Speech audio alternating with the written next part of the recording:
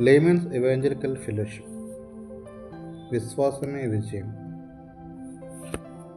ప్రార్థన ద్వారా విజయం.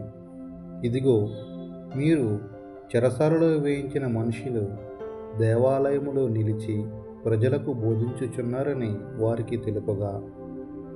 అపోస్తల కార్యములు 5వ అధ్యాయము 25వ వచనం. సువార్త మాత్రమే కష్టాలలో నున్నవారికి, చెరసాలలో నున్నవారికి సంపూర్ణ విజయమును, ప్రోత్సాహమును, ధైర్యమును ఇవ్వగలదు. నేను కళాశాలలో చదువుచుండగా ఆత్మీయంగా ఎంతో పోరాటం ఉండేది. కానీ ఆ కళాశాల ప్రిన్సిపాల్ గారు నా జీవితమును చూచి స్వేచ్ఛనిచ్చారు. చెరసాల వంటి పరిస్థితుల నుండి తప్పించుకునే విధంగా ప్రార్థనలో పోరాడాలి.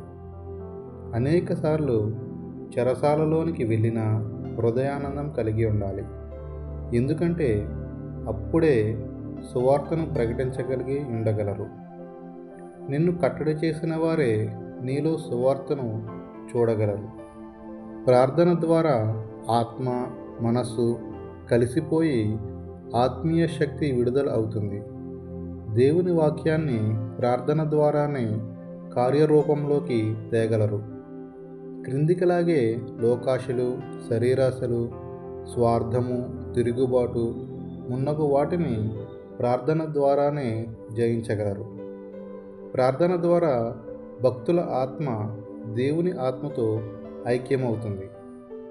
ఏలియా ప్రార్థనలో ఎంతగా బలపడ్డాడంటే, అగ్ని దిగివచ్చునుగాక అనగానే ఆకాశం నుండి అగ్ని దిగివచ్చింది. అతనిలో స్వార్థము తీసివేయబడి దేవునితో నింపబడ్డాడు.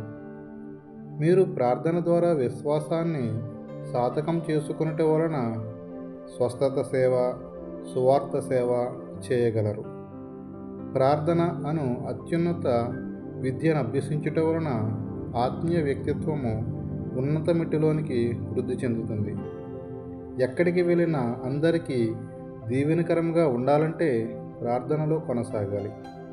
శుద్ధ హృదయము, నిర్మలమైన మనస్సాక్షి కలిగి స్వార్థరహితంగా పరిశుద్ధ తలంపులతో ప్రార్థిస్తుంటే గొప్ప అద్భుతాలను చూడగలరు.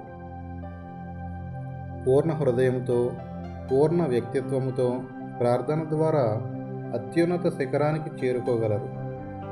ఇతరులను నిర్లక్ష్యపెట్టేవారికి, ప్రార్థన లేకుండా ఉండేవారికి హాని కలుగుకుంటున్నట్లు వారి కొరకు ప్రార్థన చేయాలి. ఎన్. దానియేల్ గారు.